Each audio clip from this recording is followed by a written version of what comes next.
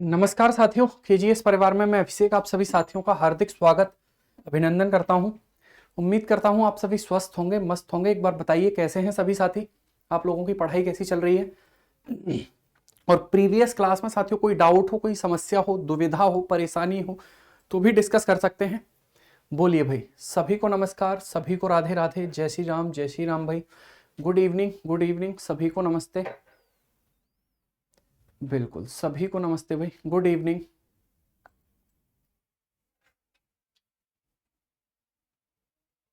बिल्कुल, चलिए स्टार्ट करें।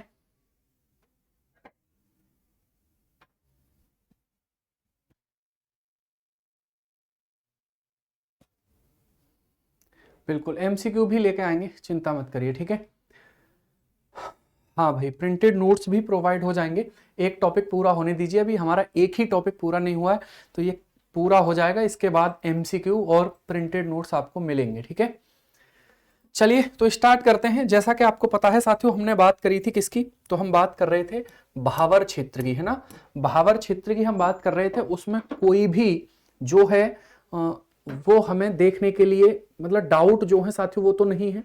भावर में अधिक पारगम्यता होती है, अधिक पारगम्यता ज्यादा होती है। पारगम्यता का मतलब जो है साथियों आपने क्या समझा है, ठीक है। मैं एक बार दोबारा से उसको रिवाइज कर देता हूं। देखो, पारगम्यता का मतलब ये होता है कि जैसे आपने देखो होंगे मोटे मोटे कंकड़ जहां पर हो, है ना, इस प्रकार की अगर स्थिति हमें देखने के लिए मिले, जैसे इस प्रकार के कंकड़ हैं, ठीक है, इस प्रकार के कंकड़ हैं, तो अब इन कंकड़ों के बीच में साथियों हमें ज्यादा गैप देखने के लिए मिलेगा। जब ज्यादा गैप देखने के लिए मिलेगा तो जल जो है इसके अंदर चला जाएगा। तो ये जो है, ये जो गैप है ना, ये अधिक होता है, कम नहीं होगा। ये कैसा होगा, ये अधिक होगा, ठीक है। ये जो गैप है साथियों, ये कैसा होता है, ये अधिक होता है। इस वजह से हम साथियों यहां पर नदियां जो है वो विलुप्त हो जाती हैं, है ना भाई। चलिए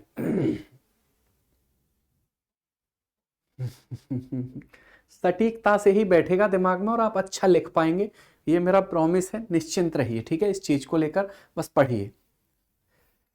चलिए बात करते हैं। तो मैंने भावर क्षेत्र पूरा करा दिया था आपको, आप मुझे बताएंगे वहां तक कोई डाउट, कोई समस्या किसी को। भावर क्षेत्र तक हमारी बात हो गई थी, कोई भी समस्या हो डिस्कस कर लीजिए, ठीक है, पूछ लीजिए भाई, कोई डाउट। पारगम्यता अधिक होती है, मैं यहां लिख भी देता हूं, जो पारगम्यता है, ठीक है, जो पारगम्यता है साथियों वो अधिक होती है, कम नहीं होगी, है ना। कैसी होती है, अधिक होती है। मैं यहां एक शब्द यूज कर देता हूं, गैप अधिक होता है। इनके बीच में जो गैप है साथियों वो अधिक होगा। जब गैप अधिक होगा तो इससे क्या होगा, इससे उनके बीच में साथियों पानी चला जाएगा, ठीक है ना। जैसे वो उदाहरण आपने देखा था कि वो कौवा जो है घड़े में पत्थर डालता है, छोटे छोटे कंकड़ डालता है, छोटे छोटे कंकड़ डालता है, तो जो कंकड़ों में गैप जो कम है तो वो कम होता चला जाता है, पानी ऊपर चला आता है, ठीक है। चलिए तो अगला हमारा हेडिंग होगा साथियों कौन सा, वो होगा तराई।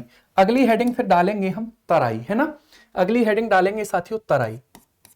अगली हमारी हेडिंग होगी तराई क्षेत्र, है ना। इसको पूरा भी करना है, ये टॉपिक थोड़ा सा, है ना, हमने समझने के लिए इसको थोड़ा सा हमने, है ना, एक क्लास इसमें एक्स्ट्रा लग रही है, वरना तो ये जल्दी खत्म हो जाता।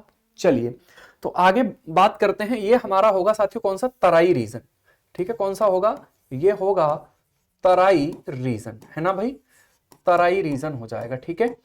तराई रीजन ये हो जाएगा, क्लियर। अब देखिए तराई रीजन जो है ये भावर के दक्षिण में है। किसके दक्षिण में पड़ेगा ये, तो ये हमें भावर के दक्षिण में देखने के लिए मिलेगा, है ना।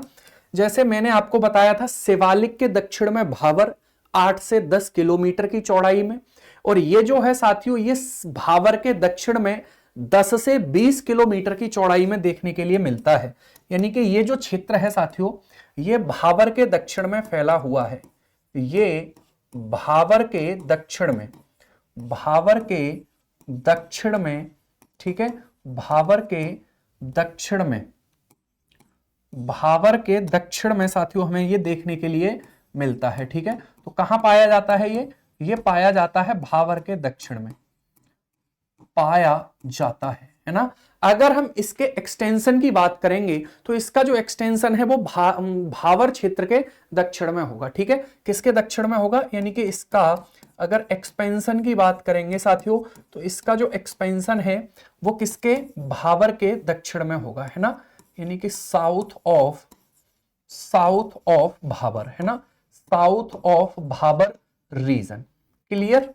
ठीक है, ये पॉइंट ध्यान रखना। अगर हर हेडिंग के बारे में हमें 10 पॉइंट भी पता है तो साथियों उस हेडिंग से हम लगभग 50 से 60 वर्ड बना सकते हैं और उसी से हमारा जो है, ठीक है, आधार, एक बेस तैयार हो सकता है। ठीक है, आगे बात करेंगे इसकी औसत चौड़ाई कितनी है। ये जो क्षेत्र है इसकी औसत चौड़ाई कितनी है, तो अगर हम इसकी औसत चौड़ाई की बात करेंगे, ठीक है, जैसे उसकी औसत चौड़ाई कैसी बताई थी मैंने, तो इसकी जो औसत चौड़ाई है साथियों, इसकी औसत चौड़ाई यानी कि इसकी जो एवरेज विड्थ है, ठीक है, इसकी जो एवरेज विड्थ है वो हमारी हो जाएगी 10 से 20 किलोमीटर। कितनी हो जाएगी? 10 से 20 किलोमीटर हो जाएगी। ठीक है, इसकी जो एवरेज चौड़ाई है वो 10 से 20 किलोमीटर के आसपास हमारी हो जाती है, लेकिन भाबर की चौड़ाई कम थी। अब यहां पर एक ट्विस्ट है, थोड़ा सा समझने की कोशिश करना, उसे डायग्राम से समझते हैं। ठीक है, तो बात समझ में आएगी। जैसे अगर मैं आपसे बात करूं तो हम ये देख रहे थे, ठीक है, हम ये देख रहे थे साथियों कि ये हमारा भाबर क्षेत्र था। ठीक है, ये हमारा किस प्रकार का क्षेत्र है, तो ये हमारा भाबर क्षेत्र था। ठीक है, ये हमारा कैसा क्षेत्र है साथियों, ये हमारा भाबर क्षेत्र हो जाता है ना, समझना भाई ध्यान से। ठीक है, ये हमारा साथियों भाबर क्षेत्र है। कैसा क्षेत्र है ये भाबर है, ये हमारा भाबर क्षेत्र होगा। ठीक है, भाबर क्षेत्र। मैंने भाबर क्षेत्र के बारे में आपको यह बताया था कि इसकी जो चौड़ाई है, इसकी जो चौड़ाई है एवरेज 8 से 10 किलोमीटर है। कितनी है? 8 से 10 किलोमीटर औसतन चौड़ाई इसकी हमें देखने के लिए मिल जाती है। लेकिन अब आता है दूसरा, वो आएगा हमारा तराई। और मैंने यह भी बताया था साथियों कि यह कहां से कहां तक फैला हुआ है, तो यह शुरू होता है सहारनपुर से। कहां से? सहारनपुर से ये शुरू होता है। सहारनपुर से ये कहां तक जाता है, तो ये कुशीनगर तक जाता है। कहां तक जाता है? कुशीनगर तक जाता है। कुशीनगर का कौन सा क्षेत्र? पडरौना। कौन सा क्षेत्र है? कुशीनगर का पडरौना क्षेत्र हमारा हो जाता है। मैंने आपको एक बात और बताई थी कि इसके पश्चिमी भाग में चौड़ाई कैसी होती है? अधिक होती है। देवरिया इसके नीचे आएगा, मैंने कुशीनगर लिख दिया है ना। तो अगर हम बात करेंगे इसके पश्चिमी भाग में चौड़ाई कितनी है? 34 किलोमीटर है, जो कि मैक्सिमम है। कैसी है साथियों? मैक्सिमम। ठीक है, यानी कि अधिकतम चौड़ाई इसकी कहां पर पाई जाती है, तो इसकी साथियों अधिकतम चौड़ाई भाबर क्षेत्र की पश्चिमी भाग में पाई जाती है, यानी कि सहारनपुर के क्षेत्र में पाई जाती है। इसके जस्ट नीचे क्या है? तराई क्षेत्र है। इसके जस्ट नीचे क्या है साथियों? तराई क्षेत्र है। तो उसको एक बार देखते हैं, उसको थोड़ा सा समझते हैं, है ना। तो अब देखिए तराई क्षेत्र की जब हम बात करेंगे, तराई क्षेत्र की जब हम बात करेंगे साथियों यहां पर, ठीक है, तो तराई जो क्षेत्र है वो कुछ इस प्रकार से हमें देखने के लिए मिल जाएगा। ठीक है, जो तराई क्षेत्र है साथियों वो कुछ इस प्रकार से हमें देखने के लिए यहां पर मिल जाएगा। ठीक है, तराई जो क्षेत्र है वो हमें इस प्रकार से यहां पर देखने के लिए मिलेगा। समझिएगा, ये हमारा कौन सा क्षेत्र हो गया? तो ये हमारा हो गया तराई क्षेत्र। कौन सा हो गया? तराई रीजन। ठीक है, ये कौन सा हो गया? ये हो गया साथियों तराई क्षेत्र, है ना भाई, तराई रीजन। ठीक है, कौन सा क्षेत्र है ये? तराई रीजन है। अगर मैं बात करूं भाबर क्षेत्र की, तो आप देख रहे हैं भाबर क्षेत्र की जो चौड़ाई है यहां पर कैसी है? मिनिमम। कैसी है? मिनिमम। उधर कैसी है? मैक्सिमम। अगर मैं तराई की बात करूंगा तो यहां पर इसकी चौड़ाई कैसी है? तराई की अगर चौड़ाई की हम बात करेंगे, ठीक है, इसकी चौड़ाई की बात करेंगे साथियों, तो इधर कैसी होगी? इधर होगी न्यूनतम। कैसी होगी? न्यूनतम हो जाएगी, यानी कि मिनिमम हो जाएगी। बोलो, है ना। एवरेज मैंने आपको बताया है 10 से 20 किलोमीटर के आसपास होती है। और इधर अगर इसकी चौड़ाई की मैं बात करता हूं तो इधर इसकी चौड़ाई 80 से 90 किलोमीटर, यानी कि चौड़ाई अधिकतम होती है। चौड़ाई अधिकतम होती है। कैसी होती है साथियों? तो चौड़ाई अधिकतम होती है, यानी कि इधर चौड़ाई जो देखने के लिए मिलेगी वो कैसी मिलेगी? मैक्सिमम मिलेगी। बताओ क्लियर हुआ पॉइंट आपको या नहीं? तो देखो भाबर क्षेत्र की पश्चिम से, भाबर क्षेत्र में पश्चिम से पूर्व की ओर जाने पर, भाबर क्षेत्र में पश्चिम से पूर्व की ओर जाने पर चौड़ाई में कमी आती है, और अगर हम बात करेंगे तराई क्षेत्र में पश्चिम से पूर्व की ओर जाने पर चौड़ाई में वृद्धि देखने के लिए मिलती है। बताओ क्या कोई दिक्कत यहां तक किसी भी साथियों को कोई समस्या? यह पॉइंट इंपॉर्टेंट पॉइंट है, आपके मेंस का जो आंसर आप लिखेंगे उसमें ये बात हमें लिखनी ही पड़ेगी। अच्छा, ये आप देख रहे हैं ये ढाल भी इसका ऐसे ही है, तो जब ऐसा ढाल होगा तो आप अपने दिमाग में जो इमेजिन करेंगे कि यार कुछ इसी प्रकार की कंडीशन हमें देखने के लिए मिलेगी, क्योंकि रेत मिट्टी जब छोटी छोटी महीन रेत मिट्टी जाएगी तो इधर ज्यादा जमा होगी, इधर कम जमा होगी, इधर बड़े बड़े कंकड़ पत्थर जमा होंगे, तो ये इस प्रकार से हमें भावर और तराई क्षेत्र देखने के लिए मिल जाता है। ठीक है, तो इसकी चौड़ाई की मैंने बात कर ली, तराई क्षेत्र की चौड़ाई कितनी होती है वो हमने यहां पर देखा पूरी। अगर हम औसतन चौड़ाई की इसकी बात करते हैं तो औसतन जो चौड़ाई है साथियों इसकी वो हमारी कितनी हो जाती है, वो 10 से 20 किलोमीटर हो जाएगी, है ना। अगर बात करेंगे इधर मैक्सिमम है, ये औसतन लिखा है मैंने। और देखिए अगर हम बात करेंगे तो ये वही डाटा है जो हमने अलग अलग तरीके से कलेक्ट किया है, बाकी ये जो है साथियों आपको पता है क्या ये 80 से 90 ही होगा, थोड़ा बहुत जो अंतर है वो हमें यहां पर देखने के लिए मिल ही जाएगा, है ना भाई। चलिए कोई बात नहीं, है ना, कोशिश करेंगे एक ही भाषा में लिखें, कुछ कुछ टर्मिनोलॉजी मैं आपको बताता रहूंगा, निश्चिंत रहिए, टाइम की टेंशन मत लीजिए, सारी चीजें ठीक होंगी, है ना, इतना ज्यादा परेशान नहीं होते। और इसकी जो चौड़ाई है साथियों एवरेज वो कैसी है, वो हमारी 8 से 10 किलोमीटर थी। ठीक है, कितनी थी, 8 से 10 किलोमीटर इसकी चौड़ाई हो जाती है। मैं अगले पॉइंट पर आता हूं, समझिए। परमेबिलिटी वाला कंसेप्ट समझ में नहीं आया, ठीक है। देखो इधर ये हमने यहां पर देखा, जैसे आप यहां पर बहुत सारे कंकड़ पत्थर इकट्ठे हैं, यहां पर बहुत सारे कंकड़ पत्थर इकट्ठे हैं, ठीक है, यहां पर बहुत सारे बड़े बड़े कंकड़ पत्थर इकट्ठे हैं इस प्रकार से, ठीक है, इस प्रकार से बहुत सारे कंकड़ पत्थर इकट्ठे हैं। अगर मुझे ऐसा पता होता तो मैं आपको ले ही चलता वहां पर, ठीक है, कि देखिए पानी नदियां कैसे विलुप्त हो रही हैं, और यहां पर कंकड़ पत्थर इकट्ठे हैं साथियों इस प्रकार से, इस प्रकार से।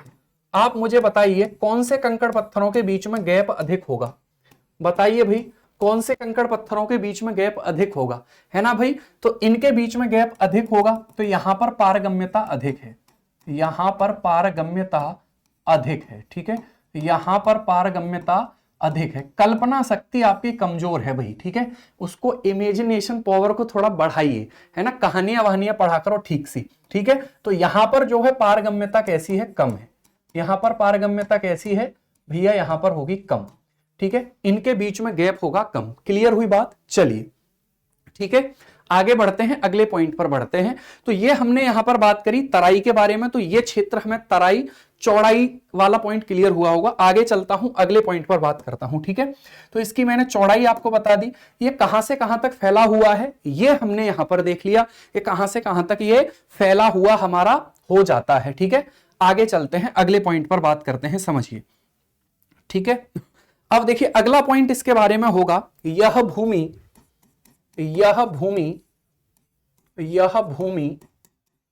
तराई की बात हो रही है, मैं तराई में पॉइंट लिखा रहा हूं, यह भूमि नम आर्द्र समतल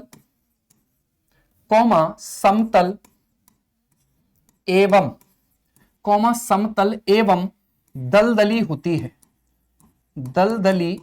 है, कैसी होती है, तो दलदली होती है, ठीक है, कैसी होती है भैया, तो ये दलदली भूमि हमें देखने के लिए मिल जाती है। क्लियर हुई बात। अगर हम बात करेंगे साथियों तो समझिएगा, ठीक है, दिस लैंड ठीक है, मॉइस्ट प्लेन एंड मार्सी, ठीक है, एंड मार्सी कैसी होती है, दलदली होती है ना भाई। अब आप मुझे बताएंगे कि साथियों जब ये भूमि दलदली होगी, जब ये भूमि जो है कैसी होगी, दलदली होगी, तो अगर हम बात करेंगे अगले पॉइंट पर, ठीक है, अगले पॉइंट पर अगर हम बात करेंगे जब ये भूमि कैसी होगी, दलदली होगी, ठीक है, तो यहां पर हम देखेंगे साथियों कि जो बीमारियां हैं, यानी कि यहां पर नमी अधिक है, दलदली भूमि अधिक है, तो ये सारी चीजें, तो यहां कई सारी चीजों का विकास होगा, ठीक है। तो यहां पर हम लिखेंगे कि जब ये नमी है तो यहां पर वर्षा कैसी होगी, अधिक होगी, वर्षा कैसी होगी साथियों, यहां पर अधिक हो जाएगी, यानी कि मोर रेनफॉल हमें यहां पर देखने के लिए मिल जाएगा। ठीक है, मोर रेनफॉल हमें यहां पर देखने के लिए मिलेगा, अधिक वर्षा होगी।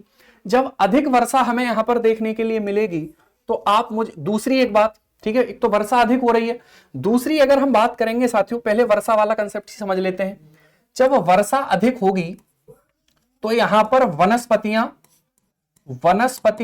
अधिक पाई जाएंगी। वनस्पतियां कैसी होंगी, अधिक होंगी, बोलो हाँ या ना।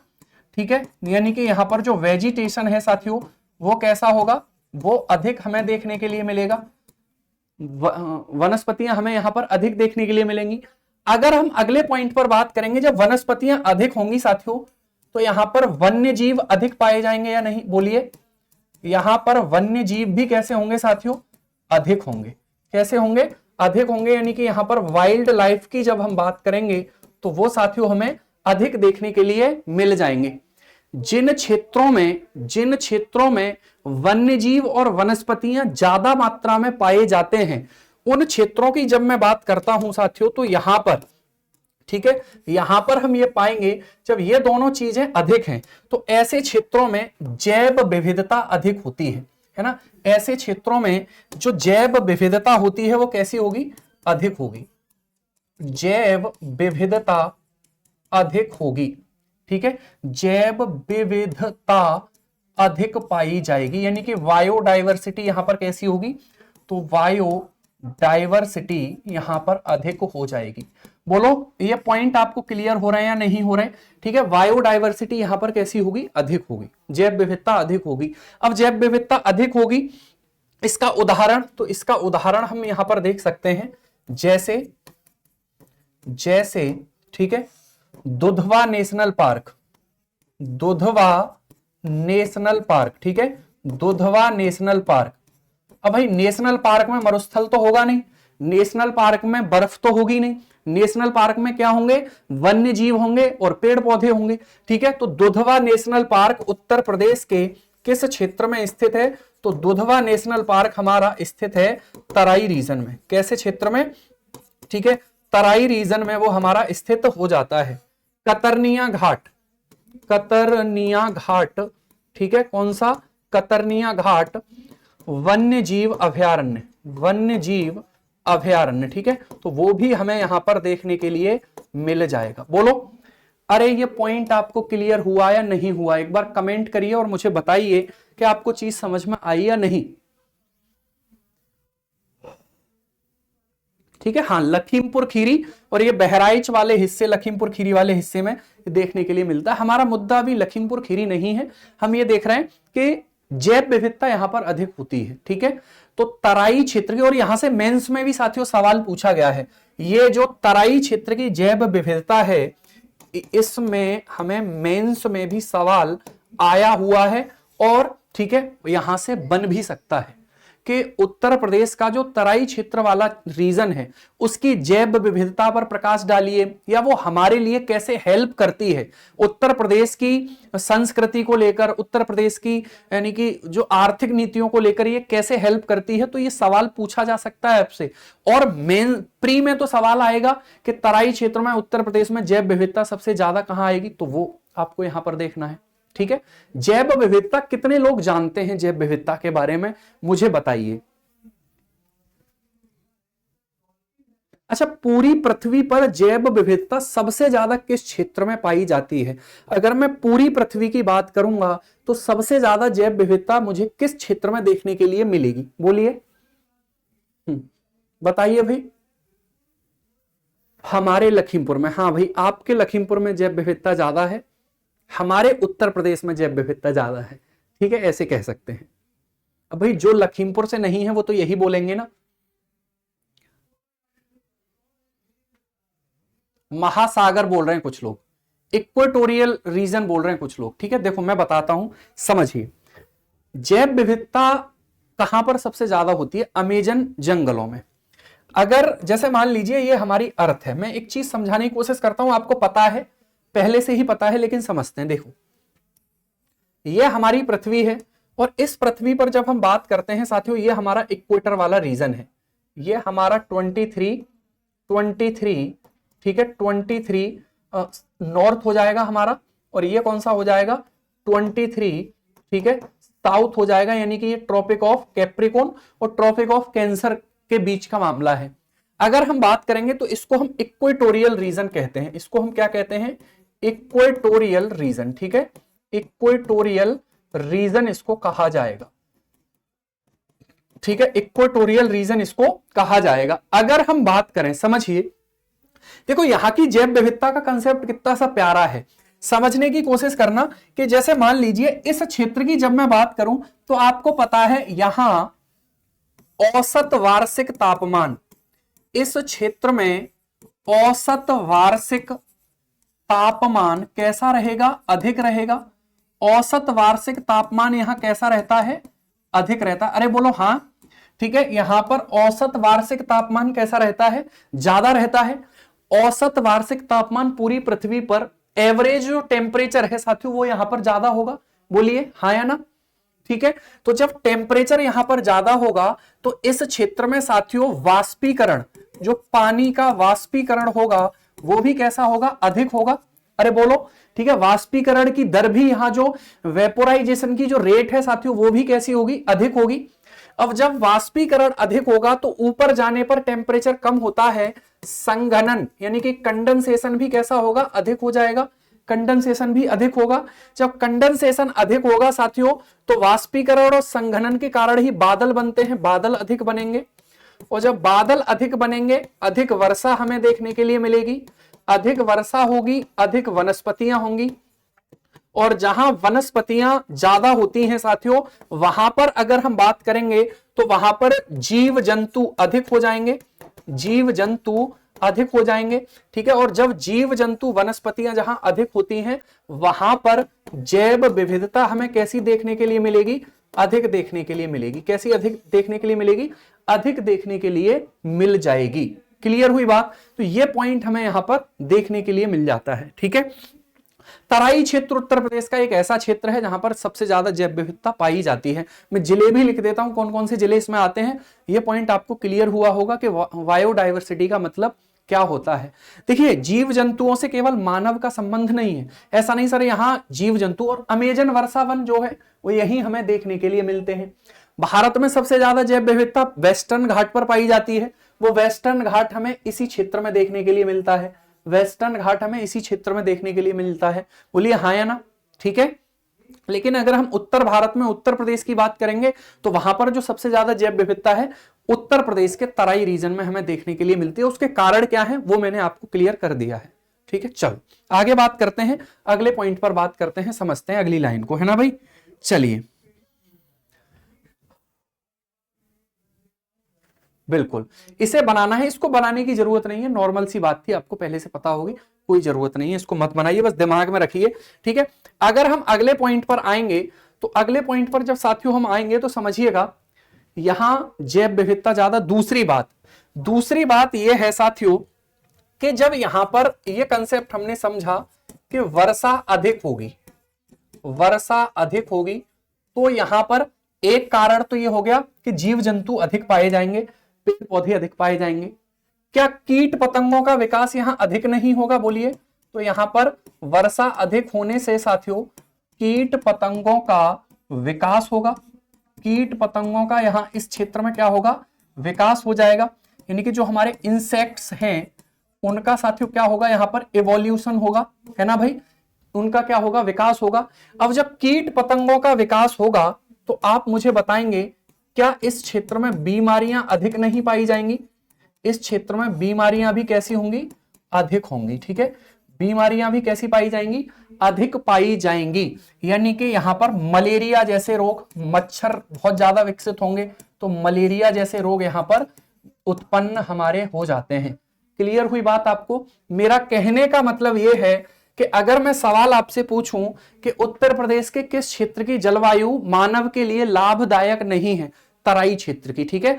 तो अगर मैं यहां पर एक लाइन लिख दूं तो कोई बुरा तो नहीं है कि तराई क्षेत्र की जलवायु, तराई क्षेत्र की जलवायु, तराई क्षेत्र की जलवायु मानव के स्वास्थ्य के लिए, जलवायु मानव के स्वास्थ्य के लिए मानव के स्वास्थ्य के लिए, मानव के स्वास्थ्य के लिए लाभदायक नहीं है, मानव के स्वास्थ्य के लिए लाभदायक नहीं है। ठीक है, क्लियर हुई बात? ये बात आपको डाइजेस्ट हो रही है या नहीं हो रही? बोलिए भाई, ये बात आपको साथियों डाइजेस्ट हो रही है या नहीं हो रही है? बोलिए।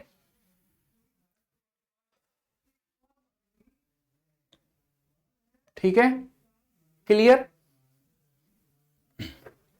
क्लियर हुई बात भाई?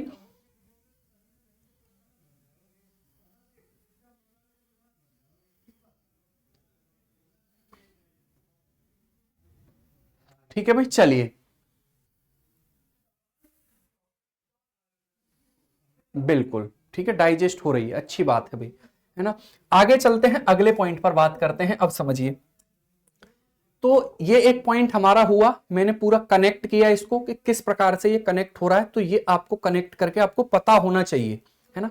बायोडायवर्सिटी क्या होता है? अभी मैंने बताया था, जहां सबसे ज्यादा जीव जंतु पाए जाएं, ठीक है, जहां सबसे ज्यादा जीव जंतु पाए जाएं, जहां सबसे ज्यादा वनस्पतियां पाए जाएं, उसको हम डायवर्सिटी, बायोडायवर्सिटी कहते हैं। डायवर्सिटी का मतलब विविधता, है ना। अफ्रीका महाद्वीप में बीमारियां ज्यादा होती हैं, इसलिए वहां पर उतना डेवलपमेंट नहीं हुआ है, इसके कारण गरीबी है। सही बात है, ठीक है, क्लियर है ना। तो ये बात थोड़ी सी ठीक है भाई, है ना। चलिए आगे चलते हैं, अगले पॉइंट पर चलते हैं। अब देखिए, अगला हमारा जो पॉइंट होगा तराई को लेकर, वो होगा साथियों, अगर मैं आपसे एक सवाल, मैंने कल भी आपको बताया था कि जो नदी द्रोणी हम पढ़ते हैं, रिवर बेसिन जो पढ़ते हैं, नदी की वास्तविक द्रोणी का विकास इसी क्षेत्र में होता है। यानी कि अगर हम बात करेंगे साथियों तो समझिएगा, ठीक है, नदी द्रोणी का, नदी द्रोणी का, नदी द्रोणी का वास्तविक विकास, नदी द्रोणी का वास्तविक विकास, वास्तविक विकास, वास्तविक विकास इसी क्षेत्र में, इसी क्षेत्र में, इसी क्षेत्र में होता है। नदी द्रोणी का वास्तविक विकास इसी क्षेत्र में होता है। रिवर बेसिन आप समझते ही हैं, ठीक है, रिवर बेसिन, नदी द्रोणी का मतलब होता है रिवर बेसिन। क्या बोलते हैं इसको? रिवर बेसिन, ठीक है। तो एक्चुअल डेवलपमेंट जो है, एक्चुअल डेवलपमेंट जो है रिवर बेसिन का, ठीक है, उसकी अगर हम बात करेंगे तो वो इसी रीजन में हमें देखने के लिए मिलता है ना भाई।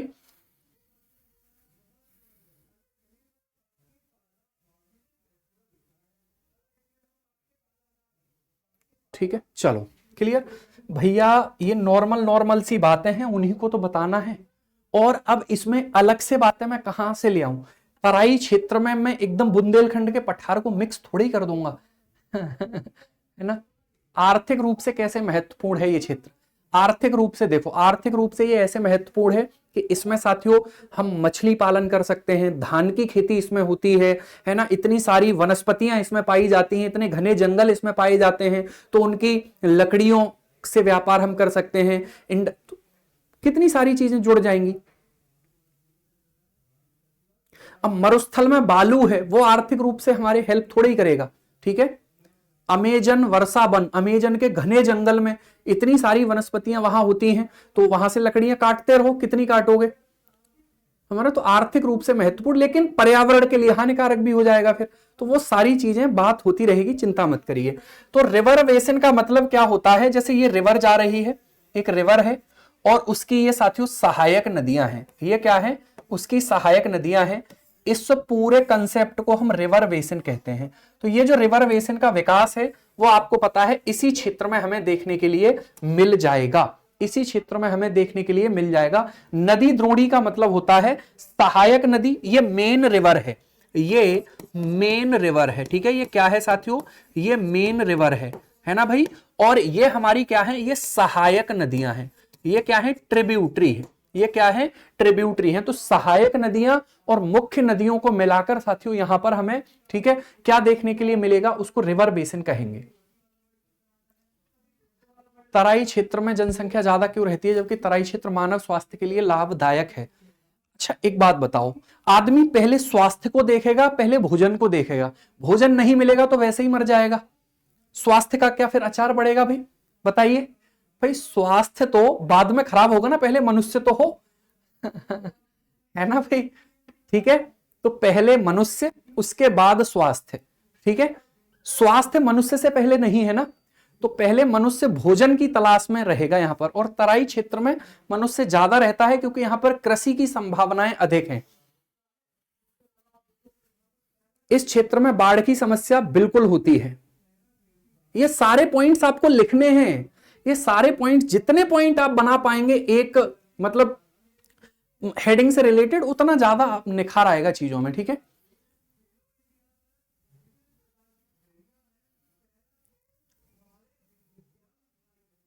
बिल्कुल चलिए भाई, ठीक है, आपको एकदम ऐसे बताना पड़ता है जैसे छोटा बच्चा होता है ना, उसको ऐसे कान पकड़ के ऐसे थोड़ा सा करके, बेटा देखो ऐसे हो जाएगा, ये ऐसे हो जाएगा, तो ये सब बातें है ना।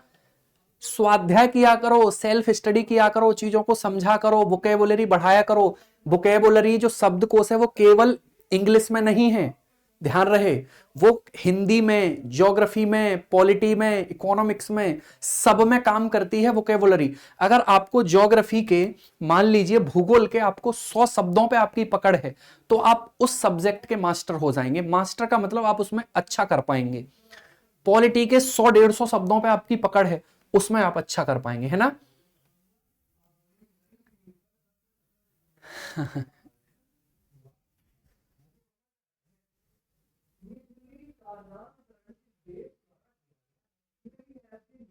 चलिए, मैं रिवर बेसिन की बात नहीं कर रहा हूं, ये रिवर का पूरा क्षेत्र है जिसको हम ये कहते हैं। ठीक है, आगे चलते हैं, अगले पॉइंट पर बात करते हैं। तो समझिए, अब हमारा अगला जो पॉइंट होगा साथियों वो ये होगा कि यहां पर हम ये डिस्कस करेंगे कि कौन कौन से क्षेत्र में ये हमारा फैला हुआ है। ठीक है, कौन कौन से क्षेत्र ऐसे हैं जिसमें हमारा, ठीक है, तराई जो क्षेत्र है वो फैला हुआ है, कौन कौन से जिले ऐसे हो जाते हैं।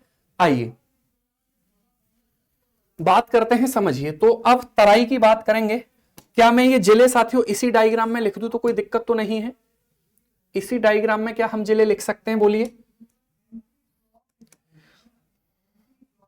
ठीक है, इसी डायग्राम में मैं ये जिले लिख देता हूं, समझ लीजिए, है ना भाई। चलिए, ठीक है, देखिए, अगर हम बात करेंगे साथियों तो ये भी कहां से शुरू होगा हमारा, ये भी सहारनपुर से शुरू होगा। कहां से शुरू होगा ये? तो ये सहारनपुर से शुरू हो जाएगा। ठीक है, सहारनपुर, आपको दिखाई दे रहा है, कोई दिक्कत तो नहीं?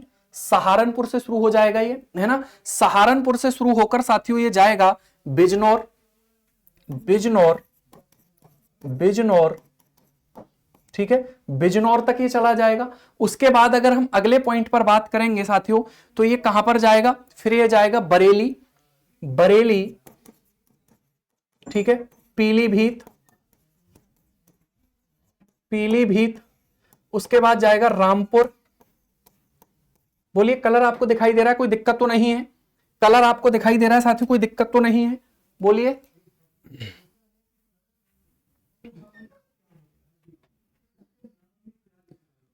ठीक है, कलर चेंज करना है, नहीं दिखाई दे रहा क्या?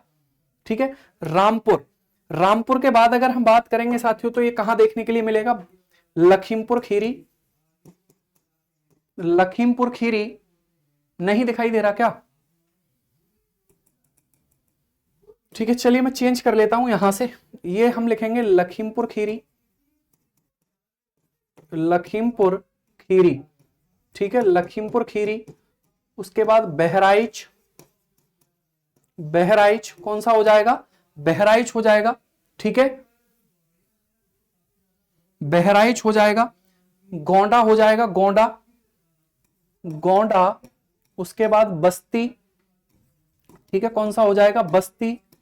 उसके बाद थोड़ा हमारा कुशीनगर वाला पार्ट, कुशीनगर, देवरिया, ठीक है, कुशीनगर, कुशीनगर और देवरिया, ठीक है, इन क्षेत्रों में ये फैला हुआ हो जाता है, इन क्षेत्रों में ये फैला हुआ हो जाता है। एक बार मैं बोल देता हूं, कोई बात नहीं, एक बार मैं बोल देता हूं साथियों, लिख लीजिएगा, है ना, आगे से मैं नहीं करूंगा इसको यूज, मैं बोल देता हूं। देखो, सहारनपुर, बिजनौर, बरेली, पीलीभीत, रामपुर, उसके बाद है लखीमपुर खीरी, उसके बाद बहराइच, गोंडा, बस्ती, कुशीनगर और देवरिया, इन क्षेत्रों में ये फैला हुआ हो जाएगा, है ना। लेकिन साथियों इसकी चौड़ाई हमें ध्यान रखनी है, जैसे जैसे नीचे की ओर जाएंगे इसकी चौड़ाई क्या होगी, बढ़ेगी। कोई बात नहीं, आपको ये पीडीएफ मिलेगी, उसमें इसे नोट कर लीजिएगा। आगे से मैं ध्यान रखूंगा, ऐसे नहीं लिखूंगा, ठीक है। निश्चिंत रहिए एकदम, इतना भी क्या घबराना यार, है ना। ठीक है, चलिए।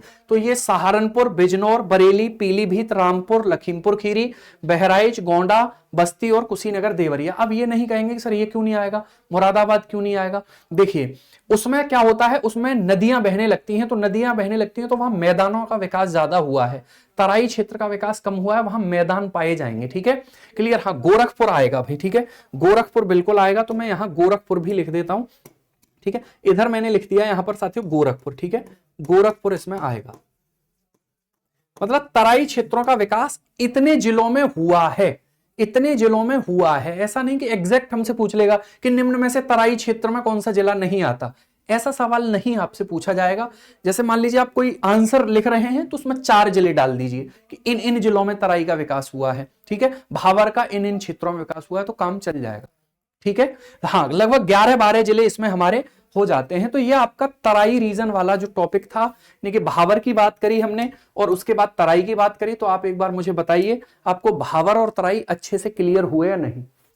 हाँ, दोनों में होगा, बिल्कुल दोनों में होगा भाई। जैसे मान लीजिए ये जिला है, यहां तक तो भावर हो गया, एक जिले में यहां तक भावर हो गया, क्या यहां तक तराई नहीं हो सकता क्या, तो बिल्कुल हो सकता है ना भाई। जिले का भी तो अपना क्षेत्रफल होगा, ठीक है, बिल्कुल होगा भैया, बिल्कुल होगा। ऊपरी हिस्सा और सहारनपुर में भी तो है, तराई भी है, भावर भी है। ऊपरी हिस्से में अगर बात करेंगे तो भावर हो गया, देखो भावर की चौड़ाई सहारनपुर में ज्यादा है, तराई की चौड़ाई कम है, क्या दिक्कत है इसमें, कोई समस्या नहीं है, ठीक है। ये मन का भ्रम, इतना फैक्चुअल सवाल आपसे नहीं आएगा कि सहारनपुर के कौन कौन से नगर और कौन कौन से गांव में भावर का विस्तार है, ये भी हमें बता दीजिए। उन्हें खुद नहीं पता तो वो तुमसे क्या पूछेंगे है ना, इतना नहीं सोचना है। हाँ, लेकिन हमें जिले मालूम होने चाहिए, लगभग लगभग जिले।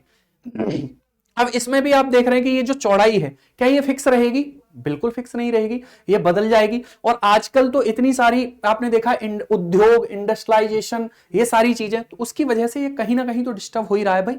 एक कॉमन जो है हमें आइडिया होना चाहिए कि किन किन क्षेत्रों में क्या क्या है। बस जो इंपॉर्टेंट पॉइंट थे चौड़ाई से रिलेटेड, लंबाई से रिलेटेड, वो हमने यहां पर देख लिए, ठीक है।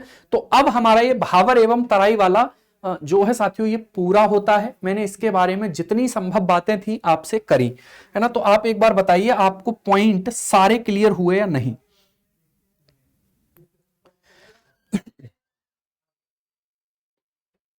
ठीक है, बोलिए भाई।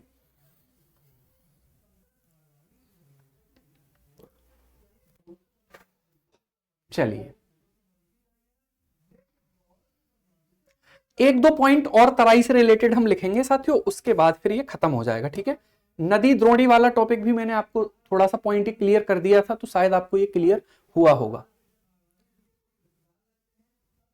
आगे चलते हैं, अगले पॉइंट पर चलते हैं। देखिए, अगर हम अगले पॉइंट पर बात करेंगे साथियों, तो तराई क्षेत्र में पाई जाने वाली प्रमुख घास, क्योंकि इसमें घनी घास पाई जाती है, झाड़ियां पाई जाती हैं, इसमें बहुत सारी चीजें हमें देखने के लिए मिलती हैं।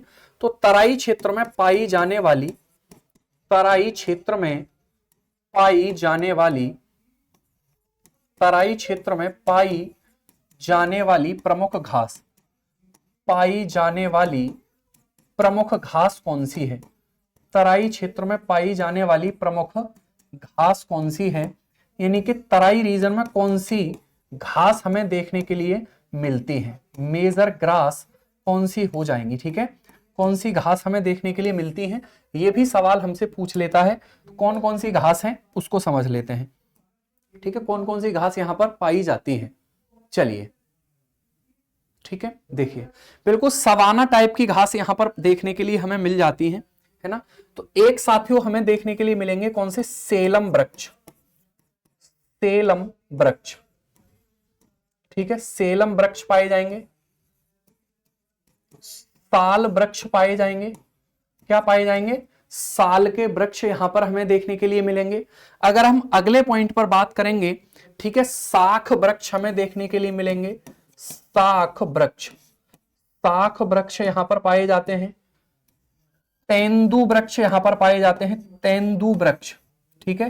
तो तेंदु घास कहां पाई जाएगी, तो ये हमारी देखने के लिए मिलेगी हमें कहां पर, तराई क्षेत्र में। कहां पर मिलेगी साथियों, तराई क्षेत्र में देखने के लिए मिलेगी। और हमारा एक हो जाएगा हल्दू वृक्ष, कौन सा हो जाएगा, हल्दू वृक्ष जो है वो हमें इस क्षेत्र में देखने के लिए मिल जाएंगे। तो इस प्रकार के वृक्ष हमें यहां पर देखने के लिए मिलते हैं, ठीक है। तो सेलम घास कहां पाई जाती है, इंपॉर्टेंट है साथियों ये, ठीक है, इसको पूछा भी गया है इससे सवाल एक, सेलम घास कहां पाई जाती है, आपको ध्यान रखना है, ठीक है। साल वृक्ष कहां पाई जाती है, साख, तेंदु और हल्दू, ये प्रमुख वृक्ष हैं जो हमें तराई में देखने के लिए मिलेंगे। अगले पॉइंट पे एक पॉइंट और बताऊंगा बस, ठीक है, वो यहां लिख देते हैं। शिवालिक श्रेणी का ही एक छोटा हिस्सा है साथियों, जिसे हम डुडवा श्रेणी के नाम से जानते हैं। तो शिवालिक श्रेणी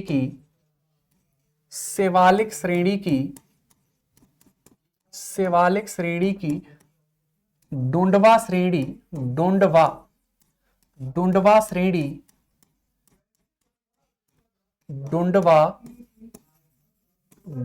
रेंज का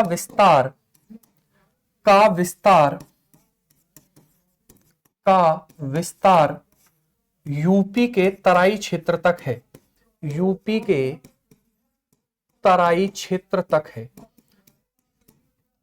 यूपी के तराई क्षेत्र तक हो जाता है, ठीक है, क्लियर। चलिए, इन घासों के फिगर में आज तो नहीं लेके आया, तो फिर कल आपको दिखा दूंगा, ठीक है, कल दिखा देंगे। भाई कुछ वृक्ष भी ऐसे होते हैं जो घास में ही आते हैं। चलिए, अरे वृक्ष मान लीजिए, ट्री मान लीजिए, कोई दिक्कत नहीं है। सोहागी वरवा सेंचुरी महाराजगंज का, वो तराई में ही आता है, बिल्कुल महाराजगंज में तराई क्षेत्र फैला हुआ है, ठीक है। तो क्लियर हुई बात। डुंडवा श्रेणी कहां की है साथियों, शिवालिक की हो जाती है, और ये हमारी कहां पर फैली हुई है, तराई क्षेत्र में फैली हुई है। अब देखिए मैं इसको एक बार रिवाइज करता हूं, फिर हम आगे बढ़ेंगे, है ना, आगे बढ़ेंगे।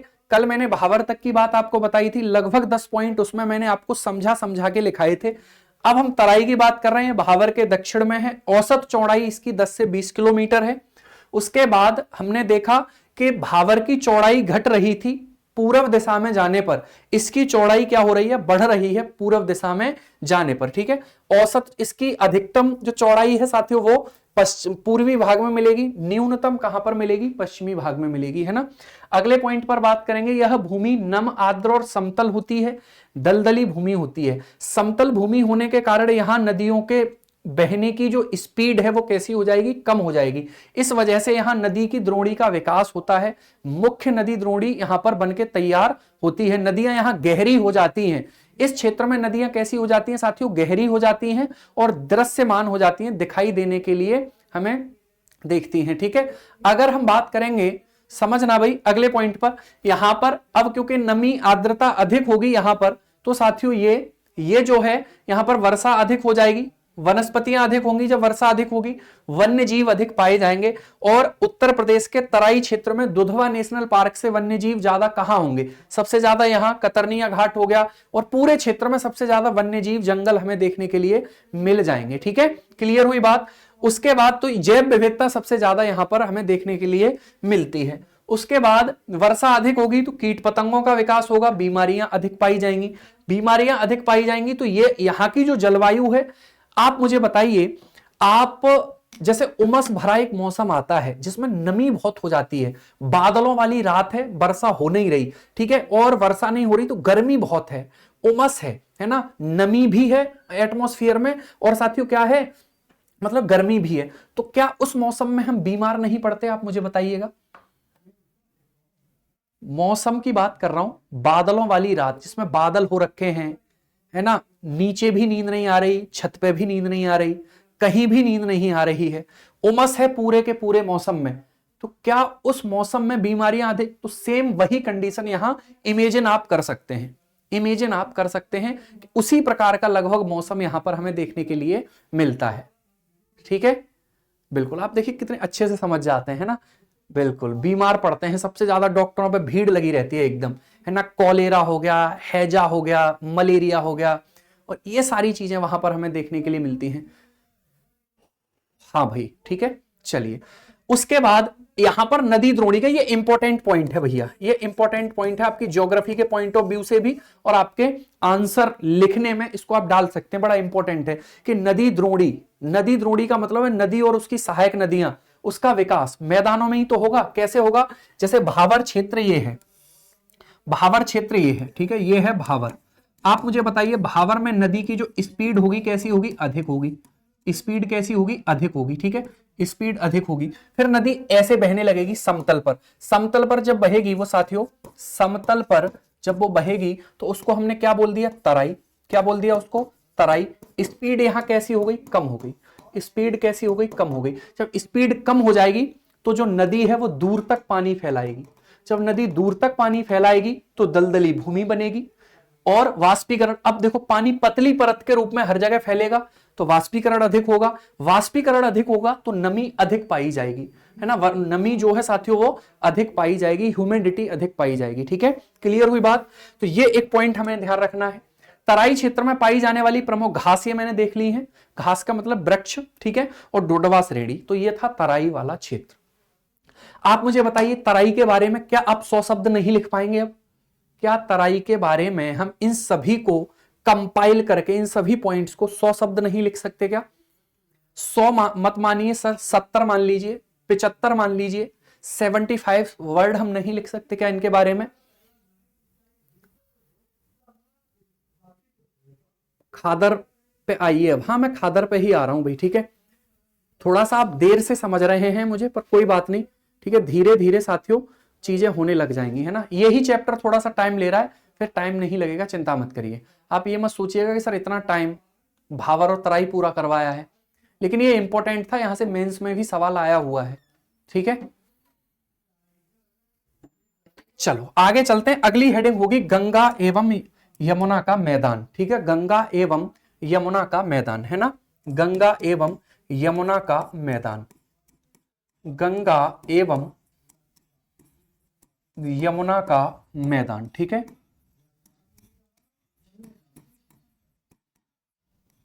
यह हमारा दूसरा भूभौतिक प्रदेश है, यह हमारा दूसरा भूभौतिक प्रदेश है, ठीक है, चलिए,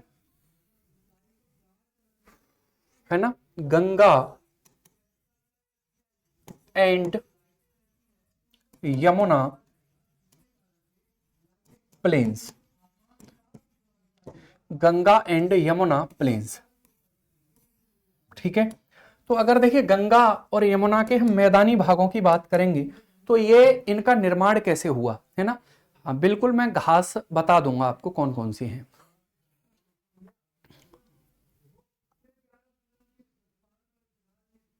ठीक है, चलिए देखो इधर, है ना, अगर हम बात करेंगे साथियों इनका निर्माण कैसे हुआ है, तो गंगा यमुना के मैदानी भाग का निर्माण कैसे हुआ है, इनका फॉर्मेशन कैसे हुआ है, समझिए, इनका फॉर्मेशन निर्माण कैसे हुआ है।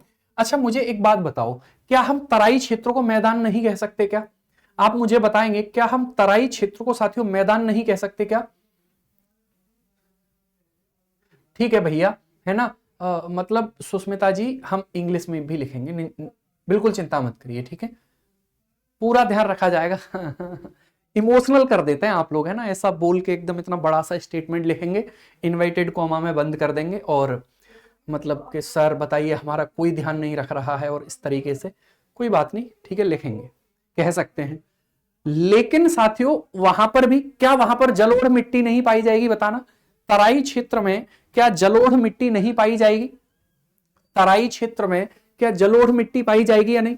क्योंकि जलोढ़ मिट्टी क्या है, जो नदियों के द्वारा लाई गई मिट्टी है उसका जहां जमाव होगा उसको जलोढ़ मिट्टी कहेंगे, तो वो तराई में भी पाई जाएगी, ये ध्यान रखना आप। तराई को हम मैदानों से अलग नहीं कह रहे हैं, लेकिन हाँ वो हमने उसको ज्योग्राफी के अकॉर्डिंग बांटा था तो उसको अलग पढ़ा है, इसको हमने अलग पढ़ रहे हैं, ठीक है। आगे बढ़ते हैं, तो इसका निर्माण किसके द्वारा हुआ होगा? नदियों, मतलब कौन सी नदी? गंगा नदी और उसकी सहायक नदियों, ठीक है, गंगा एवं उसकी सहायक नदियों के, गंगा एवं गंगा एवं उसकी सहायक नदियों के, गंगा एवं उसकी सहायक नदियों के अवसादों के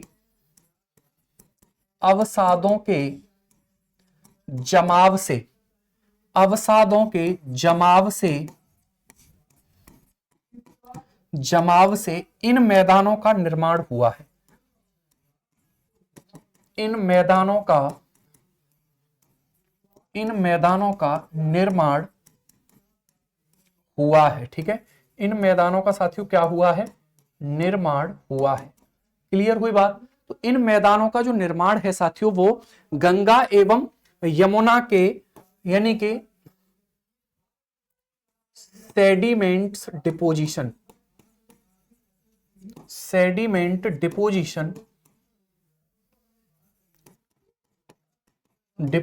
किए गए। कौन सी नदी? Ganga and it's tributary. ठीक है, ट्रिब्यूटरी। तो इसकी नदियों के द्वारा जो सेडिमेंट डिपोजिशन हुआ तो साथियों क्या बने? मैदान बने। क्या बने? मैदान बने। अच्छा, मुझे एक सवाल बताओ, उत्तर प्रदेश की पश्चिमी सीमा का निर्धारण किस नदी के द्वारा किया जाता है? उत्तर प्रदेश की पश्चिमी सीमा का निर्धारण किस नदी के द्वारा किया जाता है? बताइए भाई।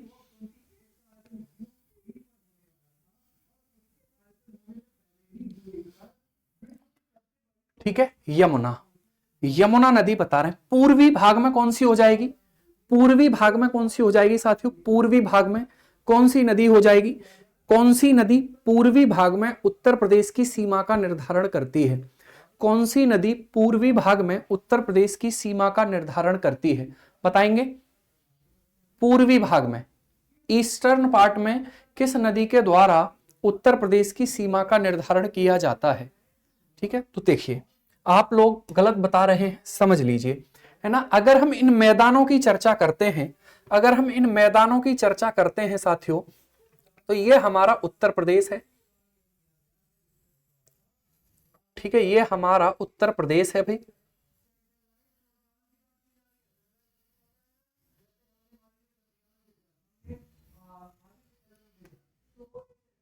ठीक है, यहां पर हमने साथियों क्या किया? ये उत्तर प्रदेश है हमारा। तो अगर हम बात करेंगे इस उत्तर प्रदेश में, ठीक है, इस उत्तर प्रदेश में अगर हम बात करेंगे तो इसकी पश्चिमी सीमा का जो निर्धारण है, ये वाली जो पश्चिमी सीमा है, ठीक है, पश्चिमी जो सीमा है इसका निर्धारण किसके द्वारा किया जा रहा है? यमुना नदी है ना, यमुना नदी। क्लियर? और यमुना नदी इधर किससे सीमा बना देती है? हरियाणा से। किससे सीमा बना देती है? हरियाणा से सीमा बना देती है। यानी कि यमुना नदी उत्तर प्रदेश और हरियाणा की सीमा पर बहती है।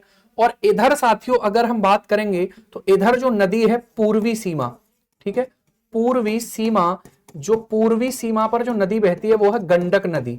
ठीक है, गंडक नदी। तो गंडक नदी इसकी सीमा बनाती है। और इन्हीं दोनों नदियों के बीच में किसका विकास हुआ है? तो मैदानों का विकास हुआ है। इसके ही बीच में साथियों किसका विकास हुआ है? मैदानों का विकास हुआ है। प्लेन्स का जो है डेवलपमेंट हमें यहां पर देखने के लिए मिलता है। कर्मनासा नदी वो चौसा में चली जाती है, गंगा नदी में मिलती है वो, है ना। क्लियर? तो अगर इन मैदानों के विस्तार की मैं चर्चा करता हूं, मैं आपसे पूछूं ये मैदान कहां पर स्थित है, तो आप क्या बताएंगे? आप बताएंगे कि सर इन मैदानों का विकास भावर एवं तराई के मध्य दक्षिण में। अरे बोलो, भावर एवं तराई के दक्षिण में। ठीक है, क्लियर बात? तराई के दक्षिण में। और बुंदेलखंड पठार के उत्तर में है। बुंदेलखंड पठार के उत्तर में है। आप अपने आंसर में इस लाइन को लिख सकते हो पूरी को, कि मैदानों का विस्तार हमें इस जगह देखने के लिए मिलता है। तो ये हमारी इसकी नॉर्थ साउथ बाउंड्री, ये हमारी ईस्ट और वेस्ट बाउंड्री। बताओ कोई दिक्कत यहां तक? इनके बीच में हमें मैदान देखने के लिए मिल जाते हैं। ठीक है भैया, क्लियर हुई बात यहां तक? चलिए आगे बढ़ते हैं। सोन नदी की बात नहीं कर रहे भैया, अभी आप उस पर ही फोकस रखिए। आप एकदम हर चीज को एक साथ कवर करना चाहते हैं। सोन नदी जो है वो गंगा नदी में मिलती है, कहां मिलती है उसकी बात करेंगे हम, ठीक है। वो जो नदियां हैं वो साथियों यहां पर है ना, जैसे गाजीपुर से ये नदी, बलिया से जब गंगा नदी बाहर आएगी ना, तो चौसा हो गया, पटना हो गया, छपरा हो गया, यहां पर ये नदियां मिल रही हैं। उत्तर प्रदेश में तो रामगंगा नदी मिल जाएगी, गाजीपुर में साथियों नदी मिल जाएगी, प्रयागराज में नदी मिल जाएगी। समझ रहे हैं ना, ठीक है। इसको तो नोट ही करना है आपको। और इसके बाद जो अगला हमारा पॉइंट होगा उसकी बात हम कल करेंगे। कल ये टॉपिक आपका खत्म हो जाएगा, उसके बाद साथियों हमें अगले टॉपिक पर बढ़ना होगा, है ना। चलिए, गंगा नदी तंत्र आप पढ़ेंगे, ज्योग्राफी में पढ़ेंगे, तो तब हम पाएंगे कि जब गंगा नदी यूपी से निकलकर, ठीक है, गंगा नदी यूपी से निकलकर बिहार में एंटर करती है, ठीक है। गंगा नदी जो है, अगर हम इस गंगा नदी की बात करते हैं, मैं बता देता हूं क्योंकि आपका जो धैर्य है ना, पता नहीं आप में कितना है। देखिए, गंगा नदी यूपी में बिजनौर से प्रवेश करती है। कहां से प्रवेश करती है? गंगा नदी यूपी में बिजनौर से प्रवेश करती है और बाहर कहां निकल जाती है? वो बलिया से। कहां से निकल जाती है? बलिया से निकल जाती है बाहर। ये गंगा नदी है। अब इसमें साथियों हमारा चौसा आएगा। यहां चौसा में एक नदी मिल रही है कर्मनासा, जिसमें कोई नहाता नहीं है। इसको धार्मिक रूप से बड़ी अपवित्र नदी माना जाता है, ठीक है। यहां पर पटना आ जाएगा, यहां पर छपरा आ जाएगा। इन स्थानों पर सोन नदी और ये सारी नदियां इसमें आकर मिल रही हैं, तो इसकी बात हमें अभी नहीं करनी है, ठीक है। चलिए, जब उत्तर प्रदेश की नदियां पढ़ाऊंगा तब मैं इसकी बात करूंगा। क्लियर?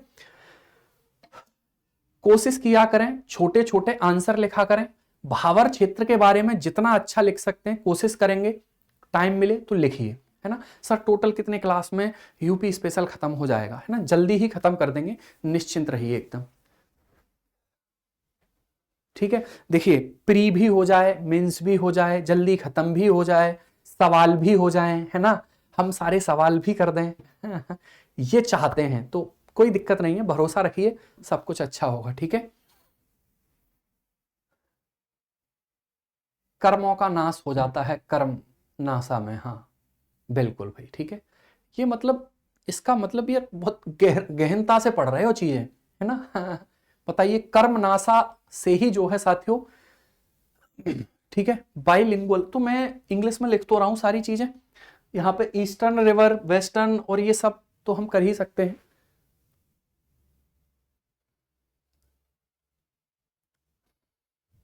कोई नहीं, ठीक है, कोई दिक्कत नहीं है, आप चिंता मत करिए, है ना। चलिए, बुंदेलखंड के नॉर्थ में गंगा यमुना प्लेन से, प्लीज कंफर्म। हाँ, बुंदेलखंड के ऊपर, बुंदेलखंड पठार के और भावर तराई के बीच में ये हमारा यहां पर ये देखने के लिए मिलता है गंगा यमुना प्लेन्स, ठीक है।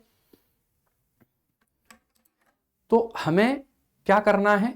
भावर एवं तराई के बारे में लिखना है जब भी टाइम मिले, ठीक है। स्वयं सोचकर लिखना है, और एक बार लिखेंगे, दो बार लिखेंगे, तीन बार लिखेंगे, तो इस प्रकार से जब लिखेंगे तो उसमें क्या होगा, थोड़ा सा ट्रांसपेरेंसी आएगी, ठीक है। चलिए, बिल्कुल ठीक है, तो कल आपसे मुलाकात करते हैं, आज के लिए इतना ही।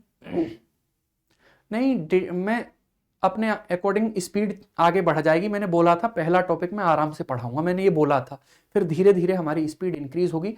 चीजें आपको उतनी ही मिलेंगी जितनी स्लो में भी और स्पीड से मिलेंगी, चिंता मत करिए, ठीक है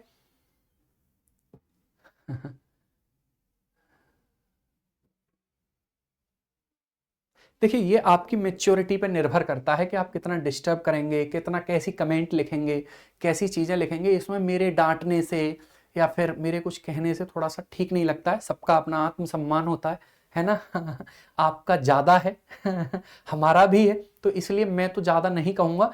ये आपकी अपनी स्वेच्छा, आपके अपने विवेक पर निर्भर करता है कि आपको कौन सी बात लिखनी चाहिए, कौन सी बात नहीं लिखनी चाहिए, है ना भाई। इंटरव्यू में जाएंगे तो वहां उलूल जुलूल थोड़े ही बक देंगे, जाके वहां पर हम सलीके से बोलेंगे। तो ये सलीका जो है ये एक साथ नहीं आ सकता कि भैया 5 दिन में इंटरव्यू कैसे क्वालिफाई करें या 5 दिन में इंटरव्यू में कैसे बोलें, ऐसा थोड़े ही होगा।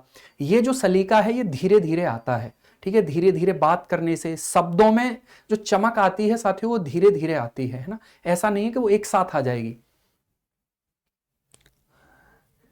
चलिए, धन्यवाद। तो बाय बाय, टेक केयर, सभी को नमस्कार, राधे राधे, अपना ख्याल रखिए, पढ़ते रहिए, धन्यवाद।